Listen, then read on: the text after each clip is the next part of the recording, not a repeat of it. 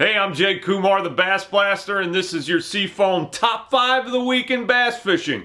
Number 1.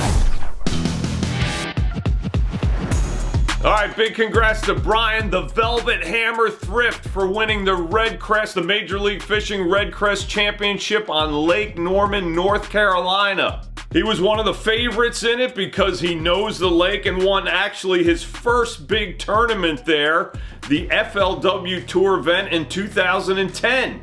But in a 5-day tournament with one of the toughest fields of all time, it sure wasn't an easy win. The weather changed several times, it was cold and it was hard to get bigger bites, but Bryan's strategy of catching a limit first and then going for the bigger bites later worked out for him. Now, he didn't have a secret spot, but he did find one that later in the tournament turned out to be important in his win. That spot was upriver, and it was the water level was down a couple feet, he said, so the bass that were in the backwaters had to pull out to the main river channel, and they were around these stumps in about 3 to 5 feet. Caught him with a chatterbait jackhammer, and that was the winning spot really in the last 2 days for him. His main baits were a Damiki underspin for his limit deep fish, that jackhammer for those stump fish, and a swim bait, which a lot of guys fish for docks and wood, coves, that kind of thing. Forward-facing sonar did play a little bit, but Bryan said it was really that plus Humminbird Mega 360, those two things in combination showing the structure as well as the fish was the deal. Bryan was like, there can be only one. Congrats, man! Number 2.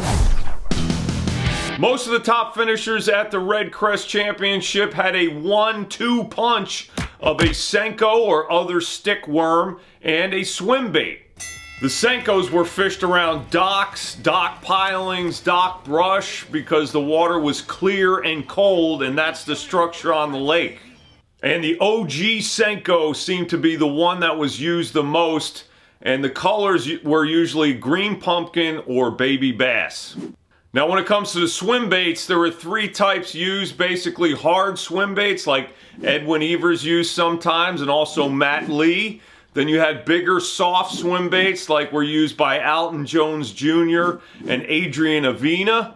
And then you had smaller soft swim baits like the one used actually by Bryan Thrift around docks and in coves and around wood. The swim baits were mostly used to try and get bigger bites, but sometimes the fish would follow them out and show themselves, and then the guys would flip back in there with a Senko and catch them. Now, one new and not yet out swim bait that was released basically in conjunction with this tournament is the new Berkeley Coal Shad, and Edwin Evers and Adrian Avena fished that a ton in this event, the 6-inch version. It's a pretty cool bait. It has a honeycomb tail for great action. It has a hook clip for the treble so you can skip it around docks and under docks and that hook won't fall out or fall off. It also tracks great at all speeds, even real fast apparently. Now that shouldn't surprise you because at the Berkeley Labs everything goes one more. Very special because if you can see, yeah, the numbers all go to 11. Look, right across the board. 11, 11, and most of 11, the and then amps go up to 10. Exactly. Does that mean it's louder? Is it any louder? Well, it's one louder, isn't it? It goes to 11, man! Number 3! Just before the Redcrest tournament, I spent a little time in the boat with Major League Fishing pro Marty Robinson, and he gave what I think is the best reason to invest in and learn forward-facing sonar. You catch a lot more fish, it seems like. You have less tougher days, in my opinion. A lot of times used to, you would go out, you would fish the bank, fish points, fish pockets, fish everything that would come to your mind, and you'd really struggle and have a bad day because you really didn't know what the fish were doing. You had an idea, but you wasn't positive, where the fish are. But now you come out, you get out here over some of this deeper water and you can see the fish, so you know where they're at. So you can at least, if you have a tough day now, it's not because you wasn't around the fish, it's because you're not throwing what they want. All right, quick reactions to that. Number 1, less tougher days. Where do I sign up for that? Number 2 is it's cool that it tells us where the fish are, but they're not all necessarily catchable. It's just a start. Okay, if we can see them and we're not catching them, we're not throwing what they want. So I guess that's bait type and bait action, but I wonder over time, will forward-facing sonar also clue us in about bait colors? Now I asked Marty if he would ever take all that stuff off his boat, and he was like, Go ahead. Make my day. don't mess with a man's electronics. Number 4. Man, it's hard to keep up with who's doing what in the electronics world, so it was cool to be in the boat with Jeremiah Clark, who's Lowrance's VP and General Manager of Fishing Systems. Check out just some of what's new with Lowrance. Mainly being we can run 2 active target 2s together now, interference free, and combine those views.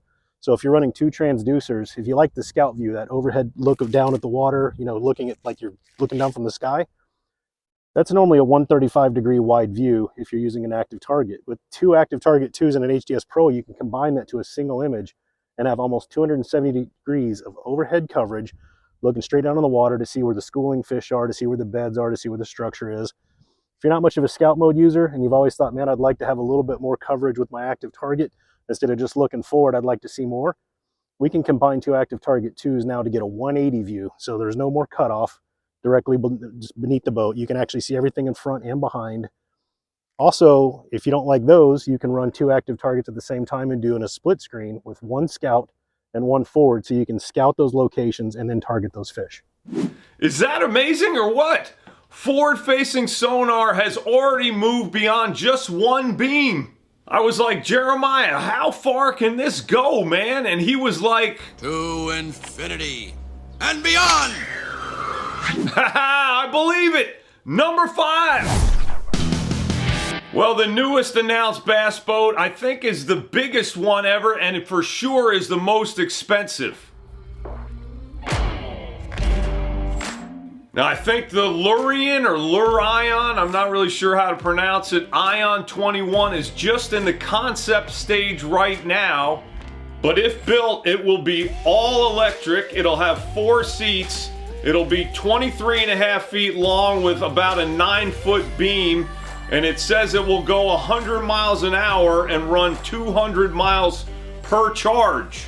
Wow! The company is taking reservations, meaning deposits, which is the same thing that startup electric vehicle companies do.